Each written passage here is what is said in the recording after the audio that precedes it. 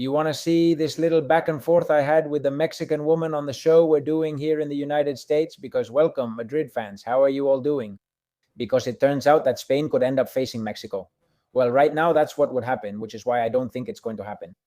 I don't think it's going to happen because, well, there's still the rest of the second round of this group stage and the third one and all that. But anyway, Mexico has already done their job, which is to qualify, right?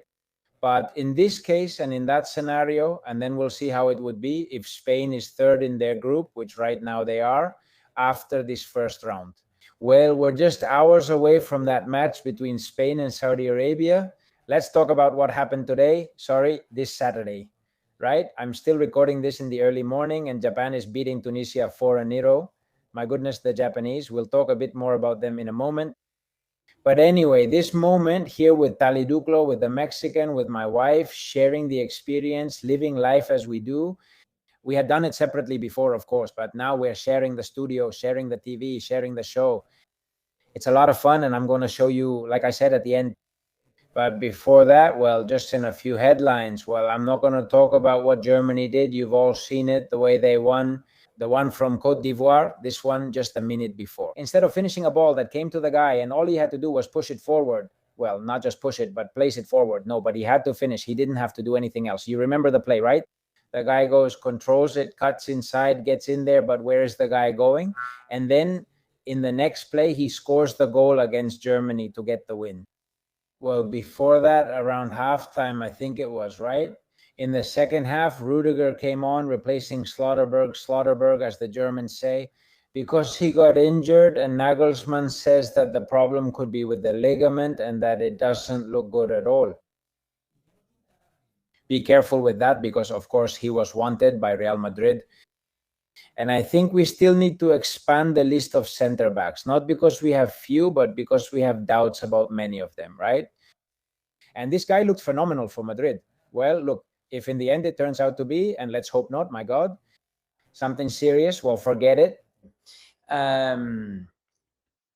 More things. Well, look, precisely the Japan match, which right now, well, yes, there's just a minute left and it was 4-0.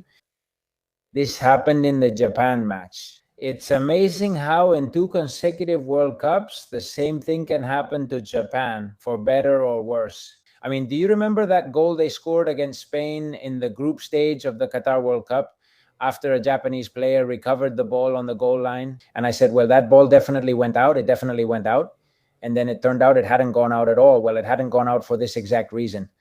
From what we've seen, and this is today's image, in this case against Japan, right? A goal they thought they had scored, but the Tunisian goalkeeper made an amazing save. He manages to keep the ball out, but just by a millimeter or less. It reminds me of that Japanese goal against Spain in Qatar, and it's practically the same, right? In 2 consecutive World Cups, the Japanese. Let's see. But let's talk about the Japanese. They're incredible. They're a team you wouldn't expect. Two of their names, and they've been playing for a long time, with well-drilled patterns and a collective mindset. And well, if they were scoring 4, they wanted to score the 5th. I mean, it's also true because they're in a group with Holland, and they know that Holland, well, look, has already thrashed Sweden. I mean, to be first in the group, they need, of course, the more goals, the better, right? Recently, there was controversy over whether Canada tried to score more goals against Qatar after 2 Qatari players were sent off. Lopetegui didn't like it. And of course, it's true that there was a factor of the other team already having 2 players sent off. But if you say, hey, in a group stage like this, where there could be ties, I mean, the more goals you score, the better. Anyway, this World Cup is absolutely being marked by something that will always be remembered. And I hope this doesn't become a permanent thing, the famous cooling break, right? The famous hydration break, which I'm honestly a bit tired of. It turns out that the hydration break, and now we hear Bielsa speak. Bielsa, well, I think Bielsa is quite a character, and there are many things he says that I don't agree with, of course, right? Or many attitudes he has that I don't agree with. But what he said about the hydration break, well, I absolutely agree with that, right?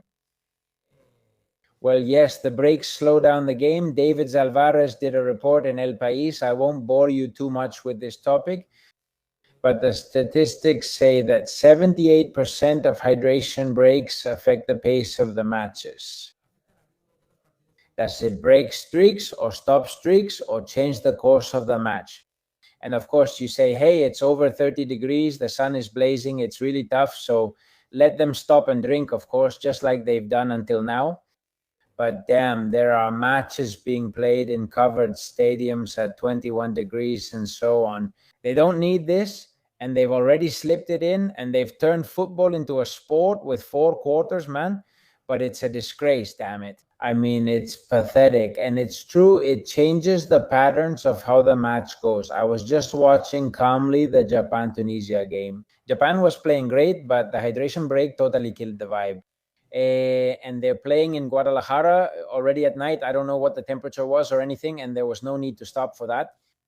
But anyway, let's listen to Bielsa because I think he's really spot on here talking about this topic. Bielsa, who always criticizes everything American, right?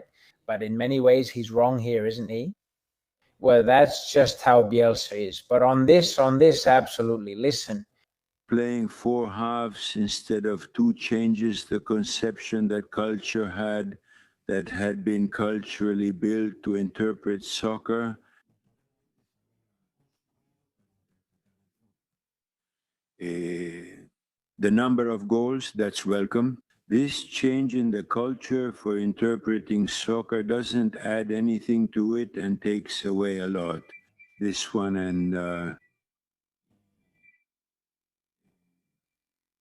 obviously when it was divided into four, right? Didn't they think about the effect it could have on what he did? Football is a sport you can't help but love, you know? But instead, they thought about other kinds of repercussions which I neither discuss nor analyze. I'm simply saying that before this decision, football had one characteristic and now it has another. People fall in love with the game because of its characteristics. Absolutely. Football once had one rhythm, but now it has a different one. And where that's what they've given us, that's what they've slipped in, right?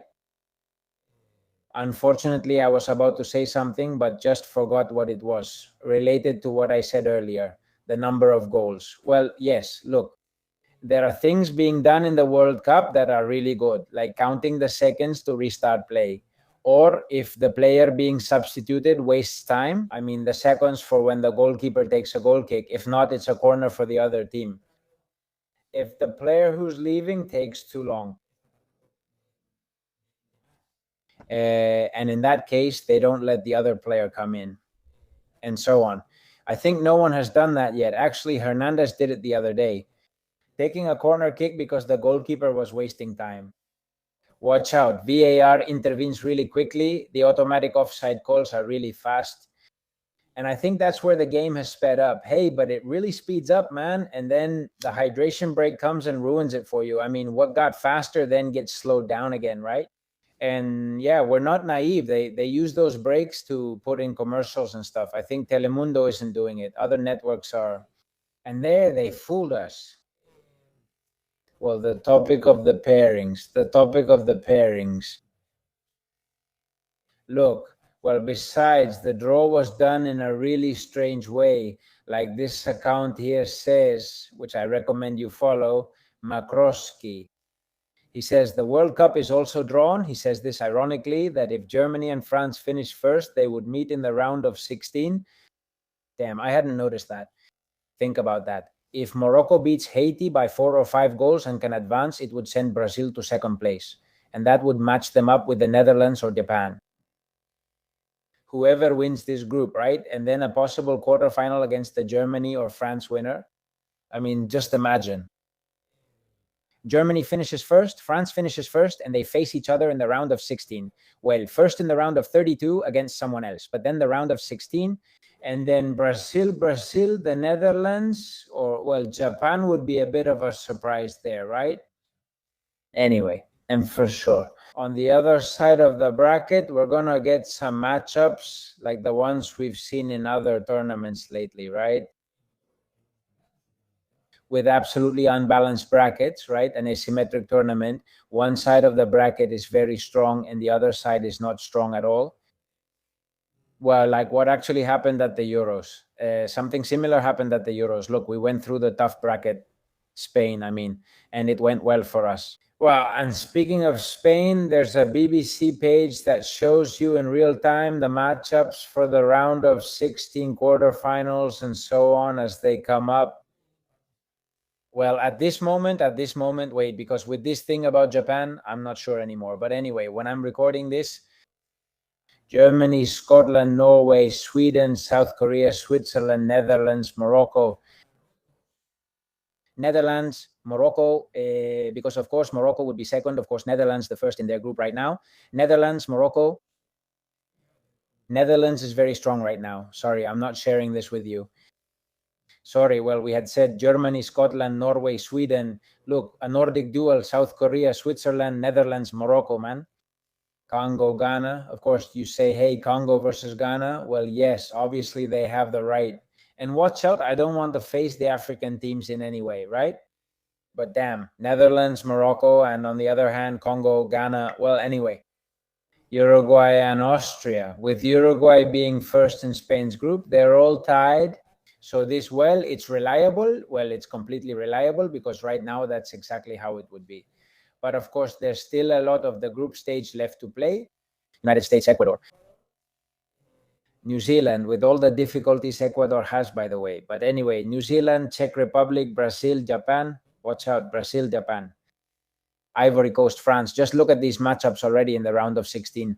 And here we get to England, Portugal, Argentina, Saudi Arabia.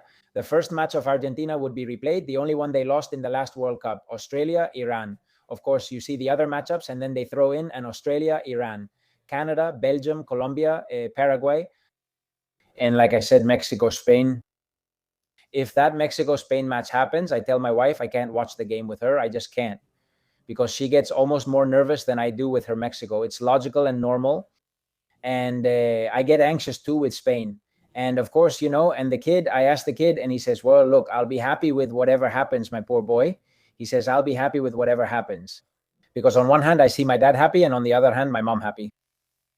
And of course, the situation is that now we're even sharing the show together, right? And this is the second part of the segment from the other day when she teased me a bit about Spain. But it all came from this entrance on the show. And of course, since Mexico had played and won their second match, we gave way to Talvi Duplo so he could tell us how the day went. So I'll play a bit of the show for you so you can see and all that. Remember that the link, I don't know if it's from the second to last show or the last show. You can watch it. You have it here. And in the description anyway, when you go there, you can see the rest of the shows on the Instar Espanol account. All right, so let's give him the floor. The main character in Mexico's goal is the Korean goalkeeper. I'm going to connect with someone who's very happy. Well, in this case, very happy indeed. Tali Duplo, how are you? Good day. I see you with a different look today. You always look great, by the way. But today, even more so. How are you? Thanks a lot, Miguel Serrano. Very good. Good evening. Now, to say goodbye after we had talked about the day and what we had ahead of us that Friday, well, things ended like this as a prelude, hopefully not, to a possible confrontation. Anyway, at that moment, we didn't even know. Simply, it's just that we've done our job. Let's see if you do yours. Well, thank you very much. That's all. I see you're having fun with Mexico, but don't worry. This is how it ends or begins. Let's see if you can play not just the 5th or 6th match, but make it to the quarterfinals. There will be more reasons to celebrate, that's for sure. But for now, restraint. You Mexicans, in that sense, need to calm down a little more. Well, we'll talk about this more calmly later. And, well, let's see how Spain does this Sunday. So that's all. See you later. Nice shot there. Nice shot. Make the most of the moment. Thank you, Tali. Well, so there we were. And let's hope everything goes smoothly and that in a few hours we get our work done. And let's get out of that matchup right now, virtual, between both teams. Guys, thanks for being there. Give it a like if you enjoyed this video. Please subscribe to the channel, comment, share, hype up the video. It really helps. And that's it. We'll see you in the next one, which will be after the Spain match. We're going to do a reaction. Of course, because, well, I don't even know what could happen anymore. But if we have a performance like the other day against Cape Verde, here, we could be in trouble. We could get really upset. But anyway, come on, guys. See you later. Bye.